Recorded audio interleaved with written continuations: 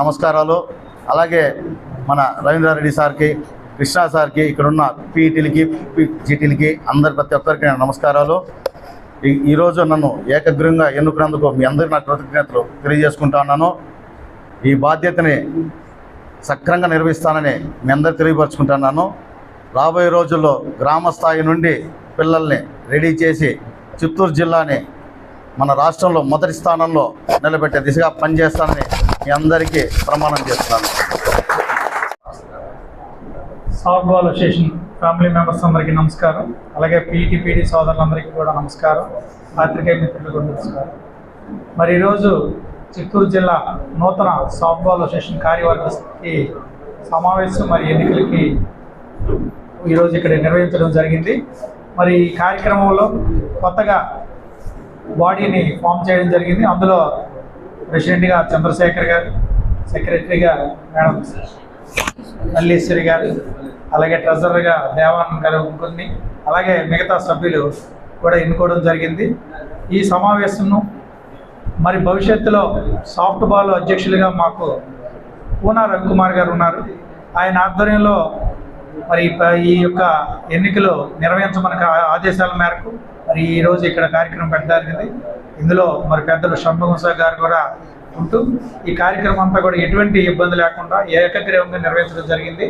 అలాగే soft ball association అభివృద్ధికి రాష్ట్రంలో మరి చిత్తూరు జిల్లా ప్రధానంగా మన గౌరవ ముఖ్యమంత్రి గారు ఉన్నారు, అలాగే గౌరవ విద్యాశాఖ మంత్రి గారు, అలాగే మా షాప్ చైర్మన్ రవినాయుడు గారు, ముగ్గురు కూడా ఇదే జిల్లా వాసులు. కాబట్టి చిత్తూరు జిల్లా ఈ సాఫ్ట్ బాల్ రాష్ట్రంలో ఒక కీలకమైనటువంటి భూమిక అవుతుందని భవిష్యత్తులో మేము అందరం ఆశాభంగున్నాం. ఎందుకంటే మరి ముఖ్యమంత్రి గారు, మరి విద్యాశాఖ మంత్రి గారు, షాప్ చైర్మన్ గారు ఉన్నారు.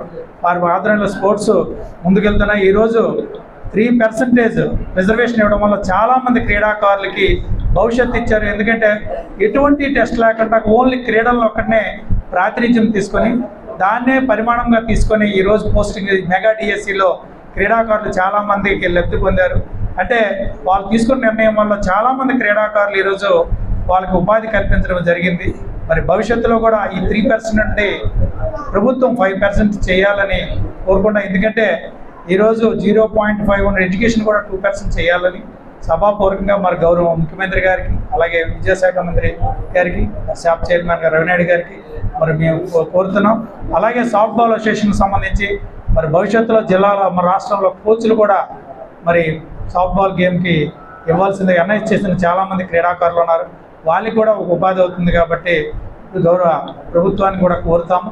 అలాగే సాఫ్ట్ బాల్ అసోసియేషన్ అభివృద్ధికి రాష్ట్రం మొత్తం మీద మరి మా అధ్యక్షులు పూనా రవికుమార్ గారు, అలాగే చిత్తూరు నుంచి మరి గౌరవ షణ్ముగం గారు, మరి మిగతా ఉన్నటువంటి జిల్లాలో పెద్దలందరితో కలిపి ఒక కమిటీ వేసుకొని ఒక సాఫ్ట్ బాల్ సంబంధించి ఒక మరి అకాడమీ కూడా ఏర్పాటు చేయడానికి అలాగే ఒక మేము ఆలోచన చేస్తున్నాం. అలాగే భవిష్యత్తులో ఏవైతే ఇప్పుడు క్రికెట్ మిగతా గేమ్లు ఎలాగొన్నా దాన్ని కూడా సాఫ్ట్ బాల్ని ఫ్రాంచైజర్ రూపంలో చేయడానికి మరి మా అధ్యక్షులకు ఆలోచన ఉంది. దాన్ని కూడా మరి ప్రభుత్వ సహాయ సహకారాలతో ఖచ్చితంగా అది కూడా ఇంప్లిమెంట్ చేస్తూ రాష్ట్రంలో సాఫ్ట్ బాల్ అన్ని గేమ్లకి ఎప్పుడూ కూడా మాకు రిజల్ట్ వచ్చే గేము అదే ట్రెండ్ కొనసాగిస్తూ ఇంకా రాష్ట్రంలో సాఫ్ట్ బాల్ మన దేశంలో మొదటి స్థానంలో నిలబెట్టడానికి మా వంతు ప్రయత్నం చేస్తాం. అలాగే చిత్తూరు జిల్లా సాఫ్ట్ బాల్ అసోసియేషన్ కూడా అదేవిధంగా ఇక్కడ కూడా మరి క్రీడాకారులు తయారు చేసేటటువంటి విధానంగా నిర్ణయాలు తీసుకోవాలని సభాపూర్వకం కోరుకుంటూ మరి ఈరోజు ఈ కార్యక్రమం దిగ్విజయంగా నిర్వహించి విజయవంతం చేసినటువంటి సాఫ్ట్ బాల్ అసోసియేషన్ ఇక్కడ చిత్తూరు జిల్లా సాఫ్ట్ కార్యవర్గానికి అందరికీ కూడా ధన్యవాదాలు తెలియజేస్తున్నాం సార్. Thank you.